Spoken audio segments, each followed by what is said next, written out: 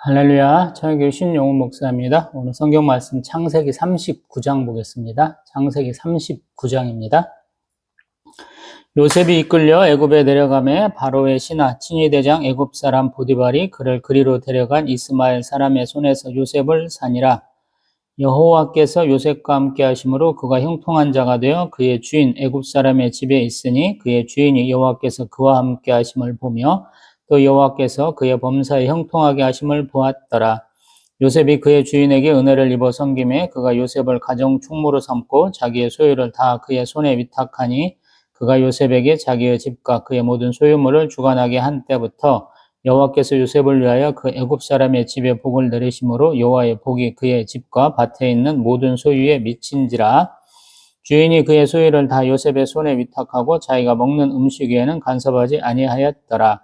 요셉은 용모가 빼어나고 아름다웠더라. 그 후에 그의 주인의 아내가 요셉에게 눈짓하다가 동침하기를 청하니 요셉이 거절하며 자기 주인의 아내에게 이르되 내 주인이 집안의 모든 소유를 간섭하지 아니하고 다 내 손에 위탁하였으니 이 집에는 나보다 큰 이가 없으며 주인이 아무것도 내게 금하지 아니하였어도 금한 것은 당신뿐이니 당신은 그의 아내임이라.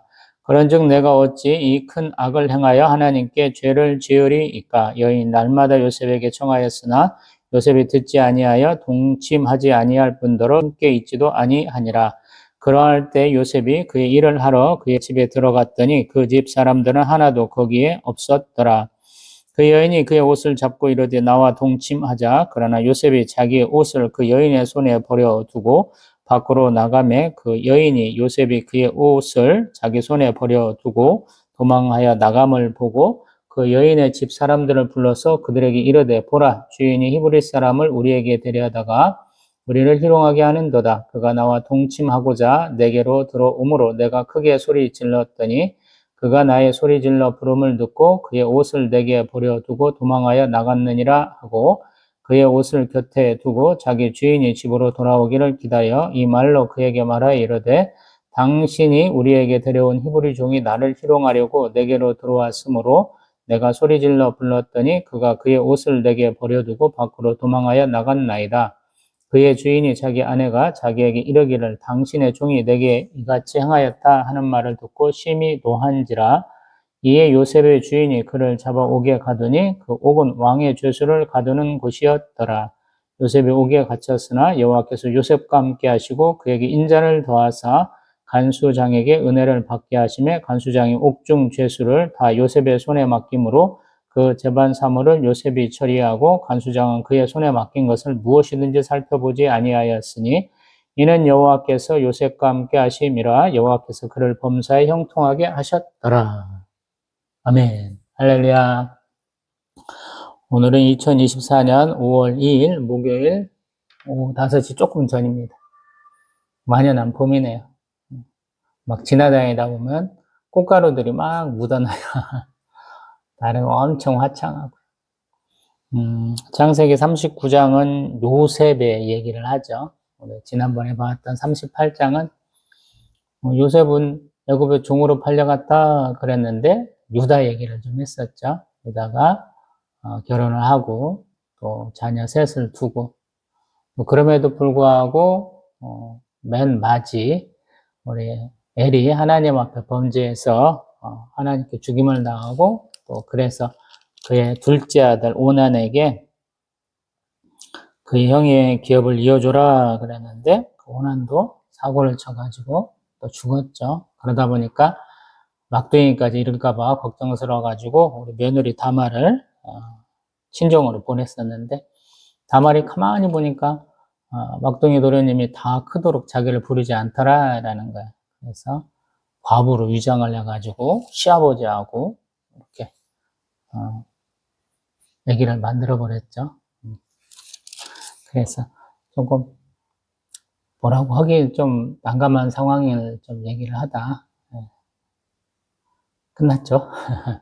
오늘은 창세기 39장입니다. 왜 종으로 팔려간 사람의 그 삶에 대해서 항상 여호와께서 그의 범사에 형통하게 하셨다 이 말을 할까요? 근데 그 앞에는 항상 뭐가 있냐면 여호와께서 함께 하셨다 이 말이 있어요. 이게 성경적 관점이에요. 믿는 사람에게는.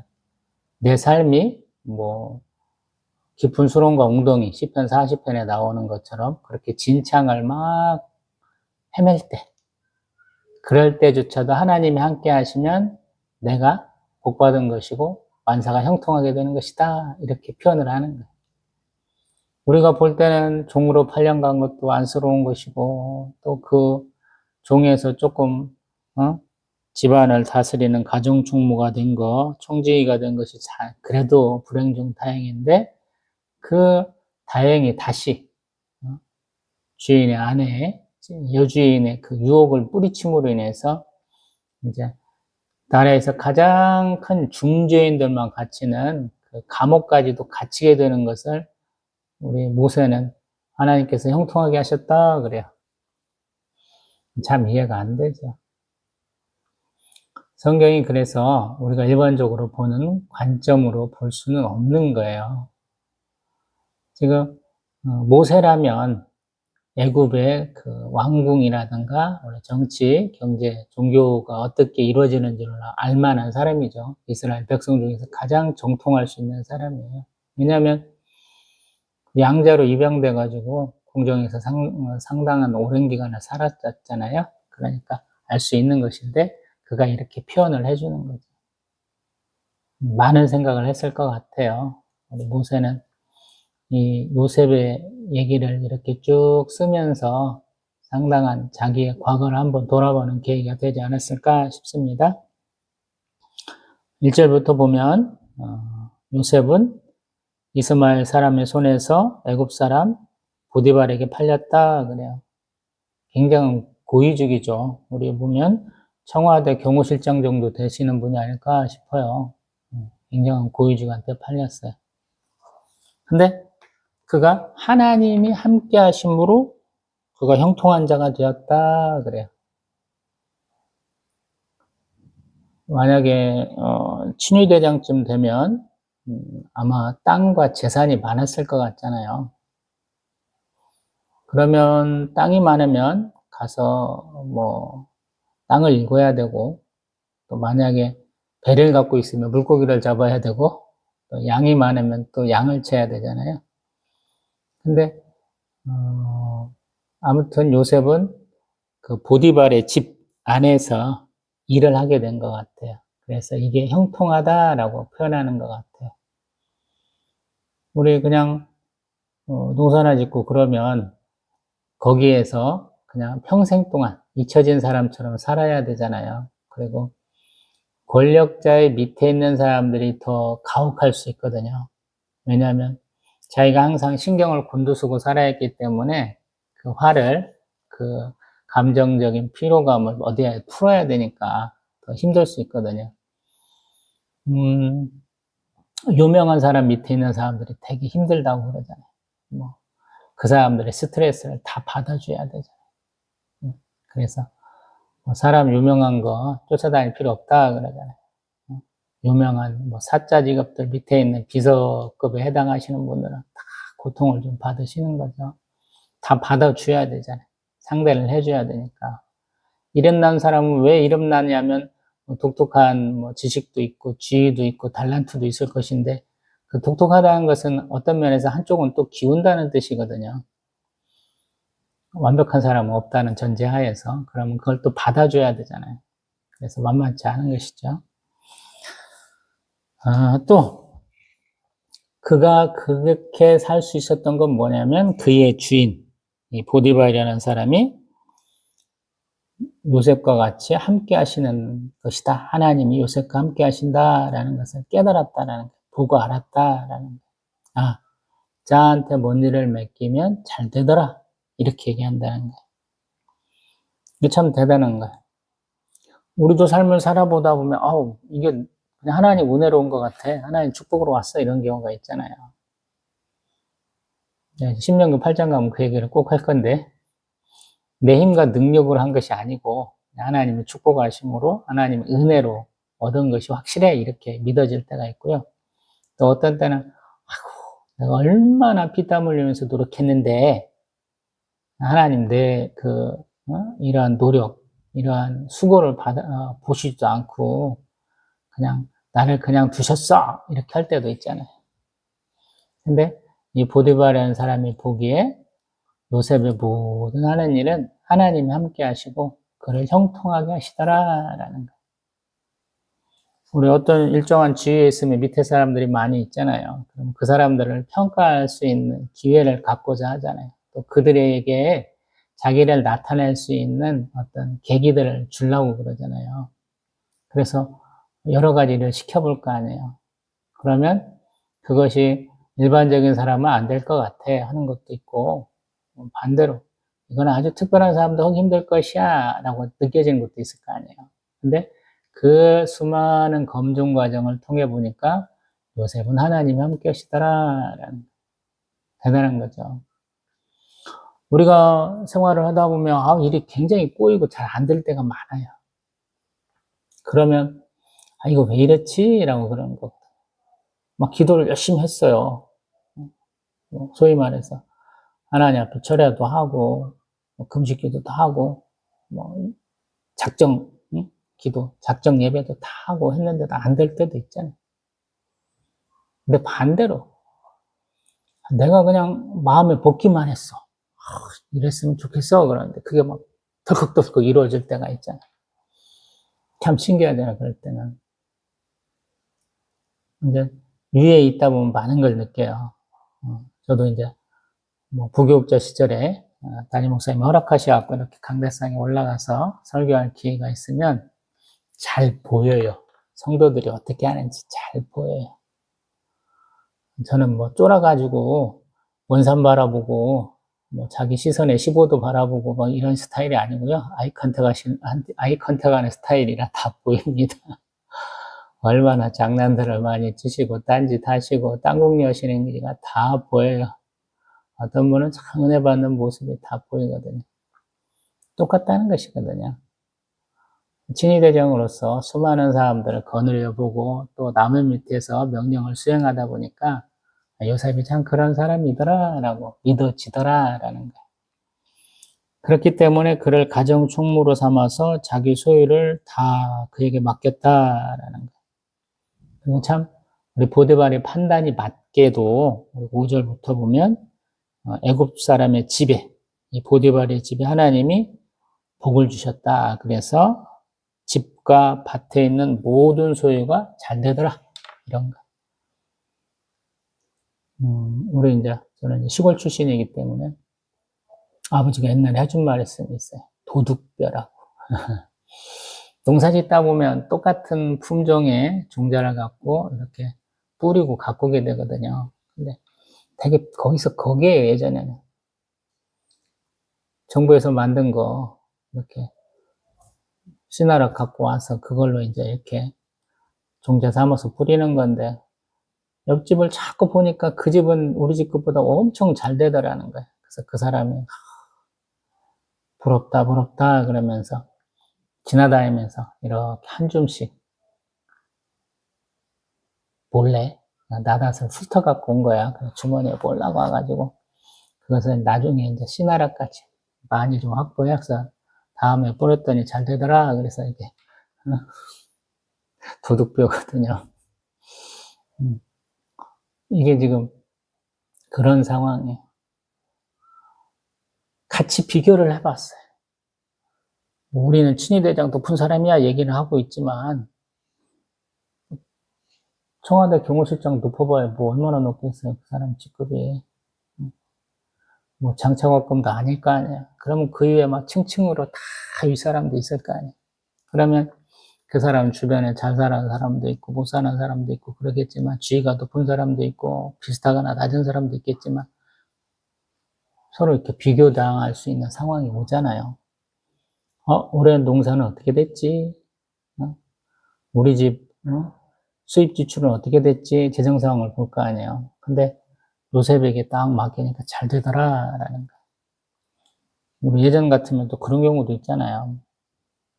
예전에 기업체로서 성공하신 분들에게 가서 뭐 좀 사와라 그랬더니 심부름하러 가서 그 사람은 자기 돈 들여갖고 더 비싼 거를 사왔더라라는 거예요. 그래서 너는 어떻게 이렇게 같은 돈 가지고 이렇게 좋은 거 사왔어? 그러니까 나는 내 돈 보태서 더 좋은 거 사왔어 이러더라는 거예요.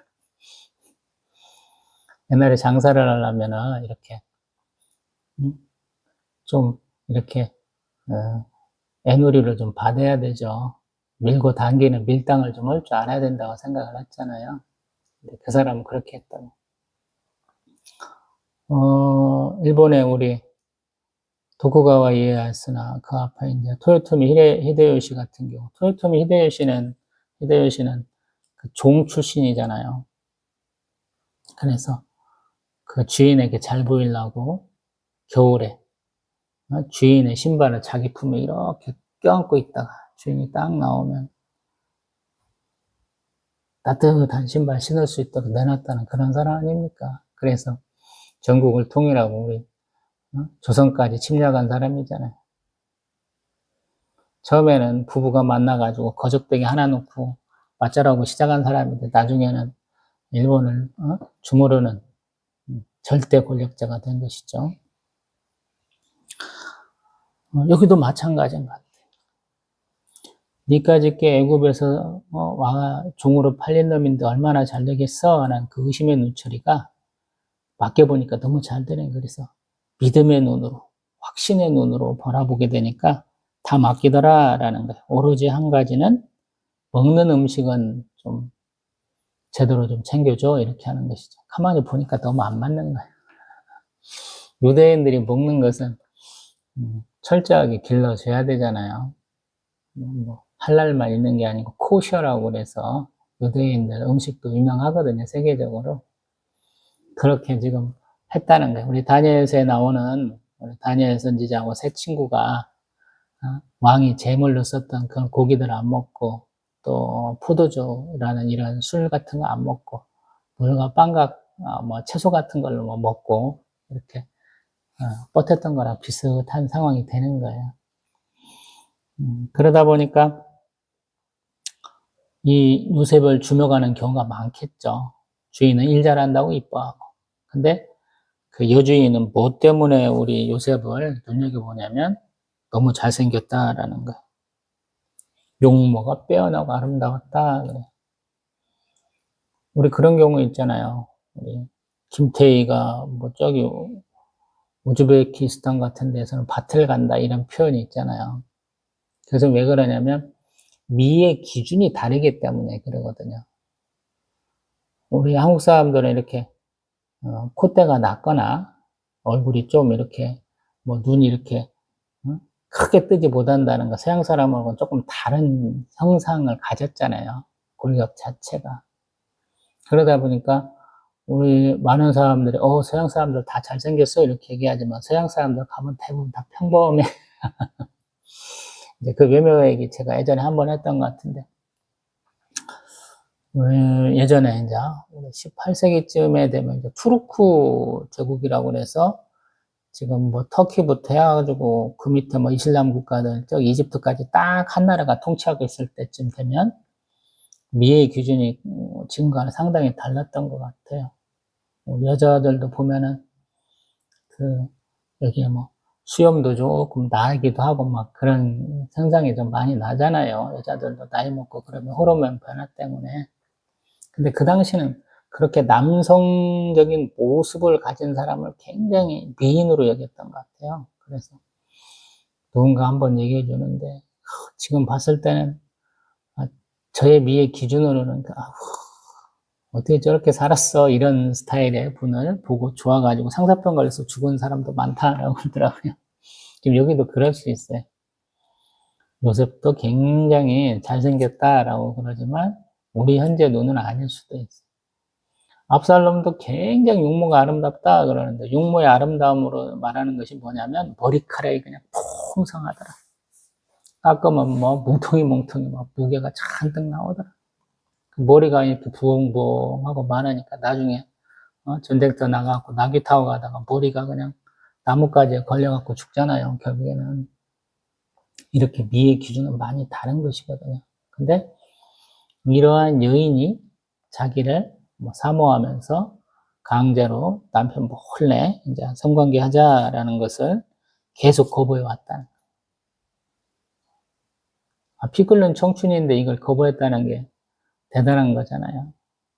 자신의 어떤 욕망조차도 이렇게 잘 다스리고 있는 요셉의 모습. 반대로 좀 우리 유다는 우리 이제 부록을 넘어서 지천명까지 이런 것 같아. 한 50 넘어서까지도 그 욕정을 잘 못 다스려가지고 며느리 보고 그냥 헛가닥 가가지고 하도 오랜만에 봐서 그런가 그를 창녀로 여기고 하고 관계를 하잖아요. 그에 비해서 요셉은 매번 추파를 던지는데 다 거부하잖아요. 어느 날은 집안에 한 명도 없고 둘만 있는데 여자가 자꾸 때릴 수가 없고 자기 옷을 붙들고 그러니까 어떻게 할 수가 없어서 그냥 옷 벗어버리고 도망을 가는데 그 옷이 증거가 돼가지고 동네 사람들 다 불러갖고 창피 주고 또 보디발한테 얘기해갖고 보디발은 화를 엄청 내고 이렇게 되잖아요. 가만히 보면 남자도 보디발도 좀 바보예요. 집안 단속을 참 잘해야 되는데 그걸 잘 못한 것 같아요. 근데 참 재밌잖아요. 보디발이 마음에 안 들어가지고 왕의 감옥에 우리 요셉을 넣었는데 요셉이 하는 꼬라지를 보면서 그 간수장은 요셉을 좋아하더라. 참 희한하죠. 21절에 여호와께서 요셉과 함께 하시고 그에게 인자를 더하사 간수장에게 은혜를 받게 하시매. 아멘. 간수장이 하는 말이 보면 여호와께서 요셉과 함께 하셔서 그를 범사에 형통하게 하셨다. 23절에 그렇게 얘기를 하죠. 사람은 똑같은 거예요. 대부분 비슷해요. 관점이. 그래서 보디발의 관점으로도 요셉은 만사형통한 사람. 또 간수장의 관점에서도 요셉은 만사형통한 사람이다라는 거예요. 근데 그의 형편은 점점 내려가고 있는 거예요. 아버지가 그를 형제들보다 굉장히 편애해가지고 정말로 왕자 대접 받고 살다가 종으로 팔려왔는데 사실은 뭐 아무것도 못할 것 같은 그냥 그런 사람인데 하나님이 그에게 일을 맡기면 맡길수록 하면 할수록 잘 되게 하시더라. 지금 보디발이 굉장히 눈여겨서 볼 거 아니에요. 저놈 가만두면 안 되겠어. 적당히 혼내주면 큰일 나니까 아예 작사를 내버려야 되겠어. 이러면서 왕의 감옥에 가둔 것이거든요. 왕의 죄수를 가두는 것에. 근데 간수장이 보니까 아니다라는 거. 저놈 내가 안 써먹으면 나만 손해네. 일 맡기고 나는 놀자 이렇게 되는 거예요. 여기도 있잖아요. 우리 23절 간수장은 그의 손에 맡긴 것을 무엇이든지 살펴보지 아니하였다. 우리 6절에도 주인이 그의 소유를 다 요셉의 손에 위탁하고 자기가 먹는 음식 외에는 간섭하지 아니하였다. 아멘. 참 희한하죠. 성경 아닌 데서 이런 거 읽어보면 참 힘든 것 같아요. 어떻게 이런 관점으로 이런 평가를 할 수 있을까? 근데 이렇게 이 과정을 밟아서 무슨 일이 일어나는가를 따져보면 이 말이 이해가 돼요. 이스라엘에게 땅을 주게 해야 되잖아요. 소위 말해서 이거는 니네 땅이니까 니네들이 알아서 해. 이런 과정이잖아요. 그런 과정 중에서 가장 그를 신뢰하고 전적으로 이렇게 줄 수 있는 능력 있는 사람은 누구겠느냐라는 거예요. 바로밖에 없잖아요. 근데 바로하고 만날 수 있는 가장 직선적인 통로, 연관되는 지금 그 코스를, 경로를 잡아서 가고 있으니까 형통한 거죠. 뭐 다른 위해를 좀 안 받고 있잖아요. 그래서 만사 형통한 거예요. 제가 생각할 때. 우리도 마찬가지거든요. 우리의 삶이 하나님 축복하신 길이라면 내 뜻대로 가는 것이 아니고 하나님의 뜻대로 우리의 삶이 이어져야 나가야 되겠죠. 그러면 내가 생각하는 관점하고는 다를 수 있어요. 굉장히 다를 수 있는. 하나님과 나의 관점이 많이 다르다. 하나님의 백성의 관점이 많이 다르다 하는 부분은 앞에서도 얘기를 했죠. 우리 하나님의 소돔과 고모라의 그 죄악이 너무 큼을 보고 심판하러 가실 때 아브라함을 만나서 얘기를 해주잖아요. 왜? 조카 롯이 사는 곳이었어. 근데 아브라함은 하나님 앞에 그의 공의와 정의에 대해서 얘기를 하면서 6번에 걸쳐서 간구해서 의인 10명만 있어도 그 땅에 심판하지 않겠다는 말씀을 이렇게 이끌어내잖아요. 또 모세도 금송아지 만들어 놓고 뛰는 이 백성들 한번 살려주시라고 버티기도 하고 그러잖아요. 또 엘리야 선지자도 하나님 앞에 내가 여호와께 대한 열심히 굉장히 큰데 나 외에는 별로 안 남았어요. 다 죽었어요. 이러잖아요. 하나님 아니다라고 말씀하시죠. 요나가 보기에 니느웨 백성들은 거짓 회개하고 거짓 자복하고 있는 사람들인데 하나님은 그도 사랑한다라고 말씀하시죠. 참 우리가 보는 것은 많이 달라요. 하나님의 관점과는. 그래서 언젠가도 얘기했지만 인내는 신앙의 첫걸음이기도 하지만 마지막이기도 해요. 사실은. 인내 없이 이룰 수 있는 것은 없는 것 같아요. 어렵고 힘들 때 참아야죠. 세상 사람들도 마지막 5분 운동할 때가 힘들다 그러잖아요. 시작하고 나서 5분, 끝날 때 5분 참 열심히 해야 된다. 마지막까지 버텨야 된다라고 그러고. 막 불평불만이 막 여기까지 막 차올라와도 여기까지 올라오도록 말하면 안 된다. 이런 얘기까지 하잖아요. 아마 그런 관점인 것 같아요. 제가 생각할 때는. 요셉이 바로에게 가까이 갈 수 있는 사람, 떡 굽는 관원장, 술 맡은 관원장을 만날 수 있는 것은 이거밖에 없다라는. 정상적으로는 더 안 좋은 길이니까, 더 안 좋은 곳이니까 자기의 자의로 갈 리가 없는 거죠. 누군가가 시켜서 가게 만들어야 되는 상황인데 그 역할이 우리 보디발의 안주인 되는 사람의 역할이죠.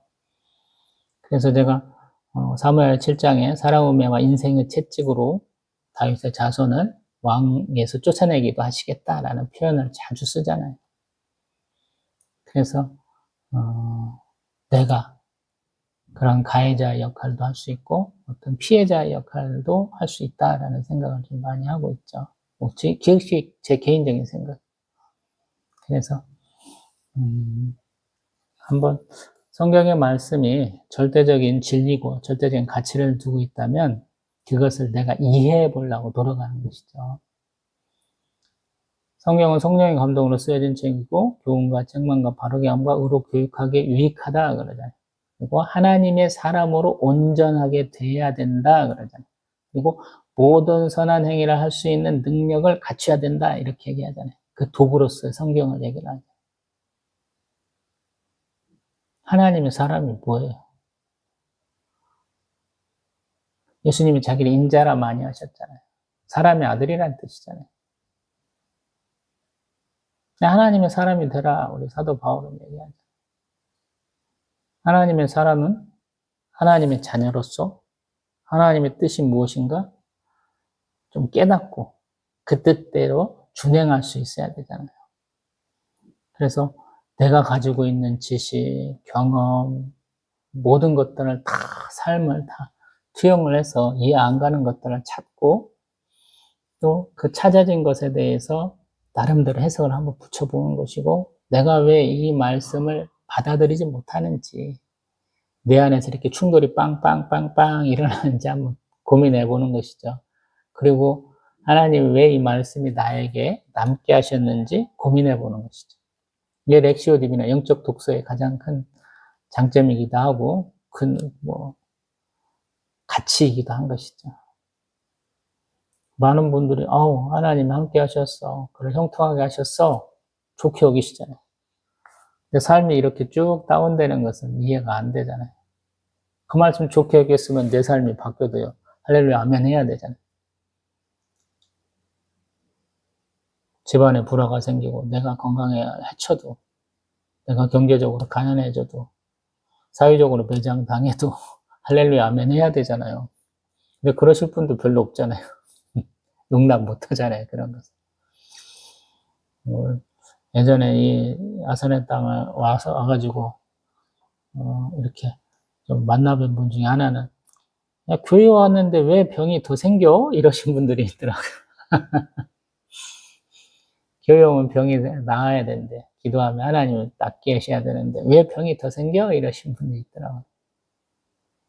전 항상 그러잖아요.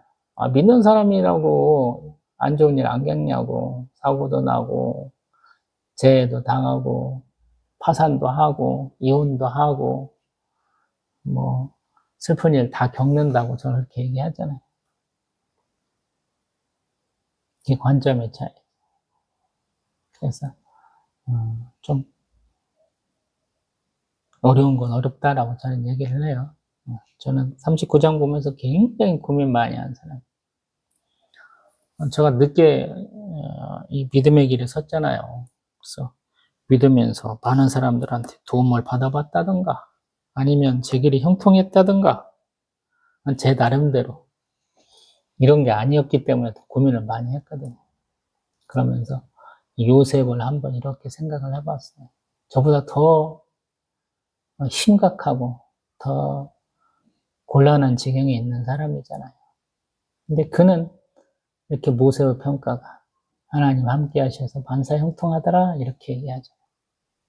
그러면서 제 삶을 이렇게 보니까 참 감사하더라고요. 제가 산보를 되게 산책을 하루에 한 10,000보는 기본적으로 하려고 그러거든요. 몸이 너무 안 좋아지니까 피곤하다고 몸을 안 움직여 보니까 더 몸이 안 좋아지더라고요. 억지로라도 10,000보는 채우려고 그러는데 그러면서 이렇게 요즘에 드는 생각은 내가 열심히 걸어갖고 걸은 게 아니다라는 거예요. 하나님 걸을 마음을 주셨고 걷다 보니까 걸을 수 있게 됐고 내가 방향을 설정한 게 아니고 하나님이 방향을 설정해 주셔서 결국에는 그 방향을 향해서 나아가더라라는 거예요. 이게 진취적인 분들은 너무 자기 성취감을 추구하시는 분한테는 이게 말도 안 되는 소리예요. 목회하시는 분들도 대부분이 다 나 열심히 공부해서 뭐 큰 교회에서 부교육자 사용하다가 큰 교회 담임 목사 막 돼가지고 막 전 세계적으로 한번 이름 한번 떨쳐볼 거야 이런 분들 참 많잖아요. 왜 그런 병틀의 짓들 하는 거 모르겠어요. 지금도 제 주변의 모든 사람들한테 저는 걱정을 많이 하잖아요. 아유, 개척에는 아직도 그러고 있어. 근데 한편으로 감사하다 그래요. 제 주제가 제 깜냥이 이거밖에 안 된다라는 생각이 들거든요. 그리고 그렇기 때문에 더 감사한 것 같아요. 성공의 목표를 추구했더라면 오늘 제가 이렇게 동영상 중에 말한 얘기 절대 못합니다. 성도가 많은 중에 이런 얘기 절대 못하죠. 이렇게 해석 못 해드린다는 얘기예요. 저도 그렇게 전도를 하거든요. 예수 믿고 축복받으세요. 그러거든요. 축복의 개념이 세상 사람들이 아는 축복이에요. 성공, 번영, 개념으로 얘기를 하거든요. 성경은 꼭 그렇게만 얘기 안 하거든요. 성경은 이렇게 쭉쭉쭉쭉 올라가는 게 아니고 요렇게 담갔다가 한번 올라가는 코스를 항상 얘기를 하거든요.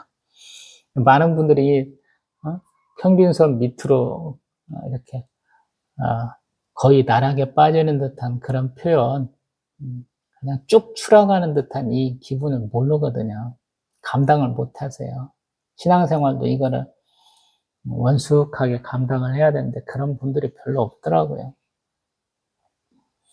근데 그러한 이렇게 추락을 잘 이겨내는 분들이 참 믿음이 좋고 그러한 분들이 성경에 등장하더라고요. 요셉도 그런 사람이 아닌가 싶어요. 그가 이러한 추락을 견뎌냈기 때문에 하나님이 그를 이뻐하시고 우리 유다보다도 요셉 족속을 더 하나님이 축복하시잖아요.